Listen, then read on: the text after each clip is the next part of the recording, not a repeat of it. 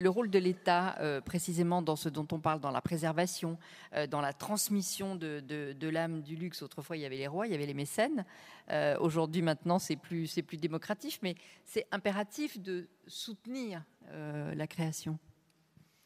Je ne suis pas franchement qualifié pour parler du rôle de l'État. Je vais me contenter du rôle de la région. De la région, J'ai compris le sens de votre question. De l'État à la région, il n'y a qu'un pas. De la puissance publique, va-t-on dire.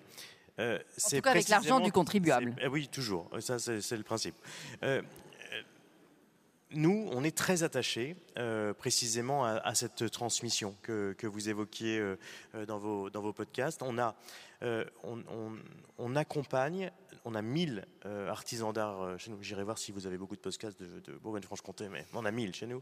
Et tout l'enjeu, c'est de ne pas perdre ce geste de la main qu'ils ont acquis au terme de dizaines de milliers d'heures de pratique, de ne pas perdre ce sens que vous évoquiez aussi, et c'est de le transmettre.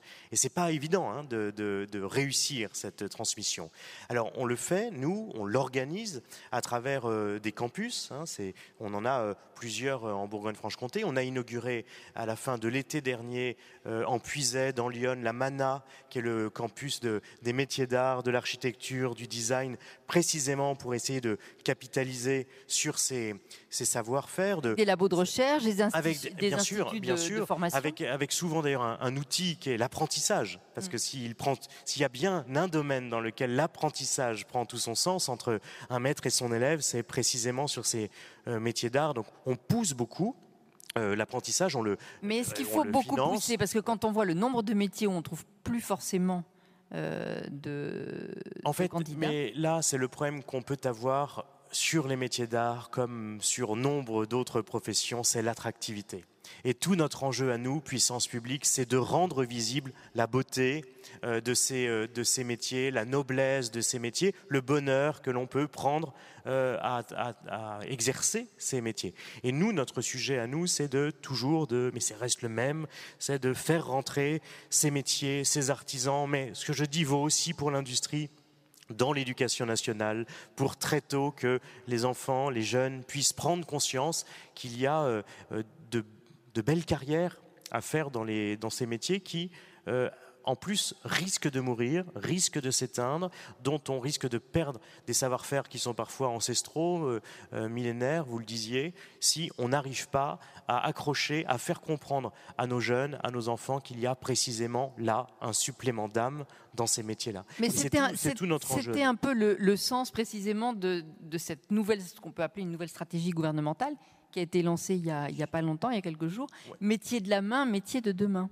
Exactement. Donc nous, on va évidemment répondre à ces appels à projets, parce que là, je redescends de 150 crans par rapport au niveau où vous étiez, donc je reviens l'élu tout à fait terre à terre que je suis, c'est-à-dire qu'on va répondre à des appels à projets, on va les transmettre en Bourgogne-Franche-Comté, on va aller chercher celles et ceux qui ont quelque chose à transmettre, on va aller chercher celles et ceux qui pourraient se voir transmis ces savoirs. La ville de Tonnerre organise là, dans quelques jours, les rencontres des métiers d'art. Vous y serez? Ah, très bien, c'est dans Lyon, c'est formidable.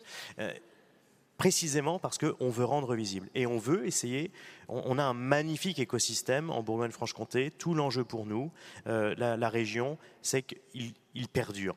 Il continue à s'enrichir, il continue à s'adapter. Et donc pour ça, on va effectivement s'associer à l'État. On aura la ministre de la Culture qui sera là, le ministre de l'Économie qui sera là également, parce qu'on veut que la Bourgogne-Franche-Comté demeure cette région de la transmission et de ces savoir-faire emblématiques. La ministre de la Culture, justement, qui a dit que les métiers d'art répondaient aux besoins de sens, d'objets durables et éco-responsables à un moment où l'intelligence artificielle percute nos vies, où la valeur du travail est interrogée et où la transition écologique est au cœur des préoccupations. Elle parle bien, la ministre. C'est exactement ce que j'aurais dit si j'avais dû répondre à la question quelle âme transcendra la planète luxe demain. Non, mais c'est pas. Je veux dire, le secteur du luxe, on peut aussi se dire qu'il est éclaté. Il y a beaucoup de métiers, il y a beaucoup d'entreprises. Oui, donc mais il a des. Mais c'est sûr, mais il a quand même des communs. C'est précisément ça, l'âme du luxe. Moi, quand vous m'avez appelé pour me donner la problématique de la table ronde, je vous assure, j'ai failli me faire porter pâle. Puis j'ai fini par réfléchir. Et je me suis dit, mais c'est quoi cette âme du luxe? C'est quoi finalement le feu sacré des talents dans le luxe. Parce qu'effectivement, il y a plein de savoir-faire, mais il y a des choses qui convergent. Il y a l'audace, il y a l'innovation, il y a la beauté. Talents, hein. Oui, c'est exactement ça. Et quels que soient les savoir-faire, dans l'horlogerie, dans la mode, dans la maroquinerie, dans les arts de la table, il y a toujours ça. Il y a l'exception. Il y a l'excellence. Voilà. Et c'est, à mon avis, ce qui transcendra l'âme du luxe demain, c'est de garder tout ça et de l'adapter, vous l'avez dit, c'est notre savoir-faire, l'adapter à notre temps, l'adapter à ces nouvelles attentes de la société que l'on sent, que l'on pressent. Eh bien, l'âme du luxe demain, moi, je vois ça de ma fenêtre, moi, je ne crée pas grand-chose, à part de la politique publique, c'est pas mal déjà. Mais c'est garder tout ça et s'adapter au développement durable, à la responsabilité sociale. Vous l'avez dit, madame, les acheteurs de demain, c'est les jeunes d'aujourd'hui, ou c'est peut-être d'ailleurs déjà les acheteurs d'aujourd'hui, et leur intuition, leur demande, c'est précisément de garder tout ce qui fait cette excellence, mais en étant plus respectueux de cette nature que vous évoquiez tout à l'heure et que l'homme, depuis des millénaires, continue à façonner.